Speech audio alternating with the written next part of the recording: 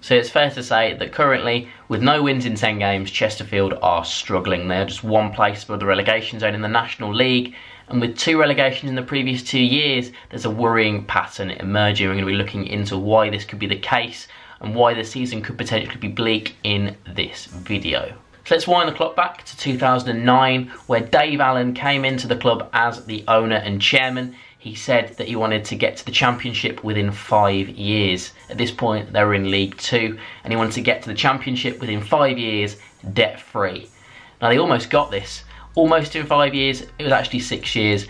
It happened in the 14-15 season, where they got to the playoffs in League 1, almost getting to the Championship, so almost succeeding in that goal. But once that failed, it's gone downhill ever since. The following season, the 15-16 season, they finished in 18th in League 1, and the following season, the 16-17, they finished bottom in League 1, 24th place down to League 2. And their only season in League 2 was also relegation season, finishing again in 24th place and getting down to the National League. This first season in the National League has been a struggle so far. They won their first 3 games, but no wins since those 3 games. They've gone 10 games with no wins, only 2 draws to their name in that time, and it's all looking a bit bleak. And that was in 2016 that Dave Allen decided that he did not want to be chairman anymore of the club and put the club up for sale, and that is how it still remains. This is a big issue, in my opinion, when an owner has distanced himself a bit from the club but is still there, but not putting 100% commitment into the club. That's where a big issue arises. He's not been able to sell the club. Apparently there have been offers that he has rejected.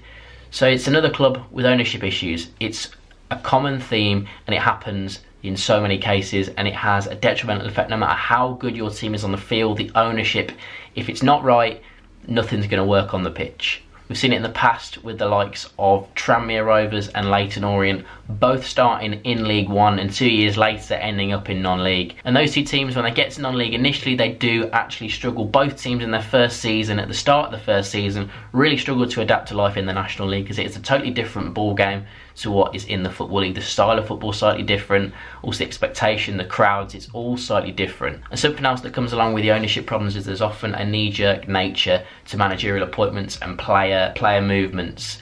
There's been 6 managers in the space of the last 3 years, which instantly shows a lot of instability. They've had some good managers in their time as well. They had Gary Colwell, who got Wigan promoted from League 1 to the Championship. They brought in Jack Lester, who's a club legend. Tried different types of managers, but nothing seemed to work, and they ended up getting relegated at the end of the 17-18 season. But Dave Allen, still the owner, but not the chairman, came out and said that he accepts no responsibility for the club's relegation. And it's just shocking, in my opinion, that an owner can accept no responsibility for it, because at football clubs, it all starts at the top and works its way down. And if it's not right at the top, it's not going to be right on the pitch. Which is why I personally think it is unfair that a lot of fans are blaming it on Martin Allen, the new manager. He's had a lot of success in the past. He's got Barnet out of the National League in the 14-15 season. And in my opinion, it's still not too late for them to mount a promotion charge. Be that through the playoffs, I think that probably the chances of the title's now gone. But through the playoffs, it could still happen. He could turn it around. And Martin Allen's that sort of manager who can grind out results. His style of play is not the prettiest, but it gets results. And that's summed up by getting in Tom Denton, who some say maybe a bit of a panic buy. He's a player that has been very successful in the National League North the last few years, with North Ferriby, then Halifax, and now Alfreton. So he's coming to Chesterfield. I think he's a very dangerous player, but that is a very different sort of player to what the rest of the team is. There's a lot of players that have got success getting out of the National League, the likes of Sean Jalal, the goalkeeper from Macclesfield last season. Also, Martin Allen's brought in a lot of his team from Barnet that he had when he won the league with them. So he's got a team of winners. I'm surprised that nothing is working at the minute. I don't think it's Martin Allen's fault.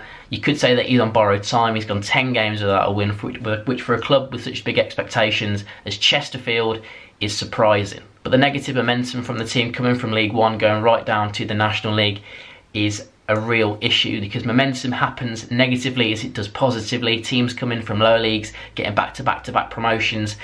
The momentum really has an effect on the players, and all throughout the club, teams believe that they can get promoted, whereas when it's happening the opposite way, teams are worried about getting relegated. Even if they're into a lower league where they should, in theory, be better, they're still worried about it, and it has a massive impact. But I think an important thing for Chesterfield to bear in mind is the fact that with the previous cases that I've mentioned of Leyton Orient and Tranmere, after their initial stumbling block at the start of them being in the National League, they have recovered and they've ended up going on to be a lot more successful. Tranmere now back in the Football League, Leyton Orient currently sitting top of the National League in their second season. So it's a case of seeing whether the club can rebuild itself and get onto a promotion challenge this season or next season, but will there be a relegation battle? It's looking that way if this form continues, but I think on a run where you've gone 10 games without a win, as long as you get that first win, I think that switches the momentum, because momentum in football is massively important, and that one win could be the start of a 10-game winning streak. You never know.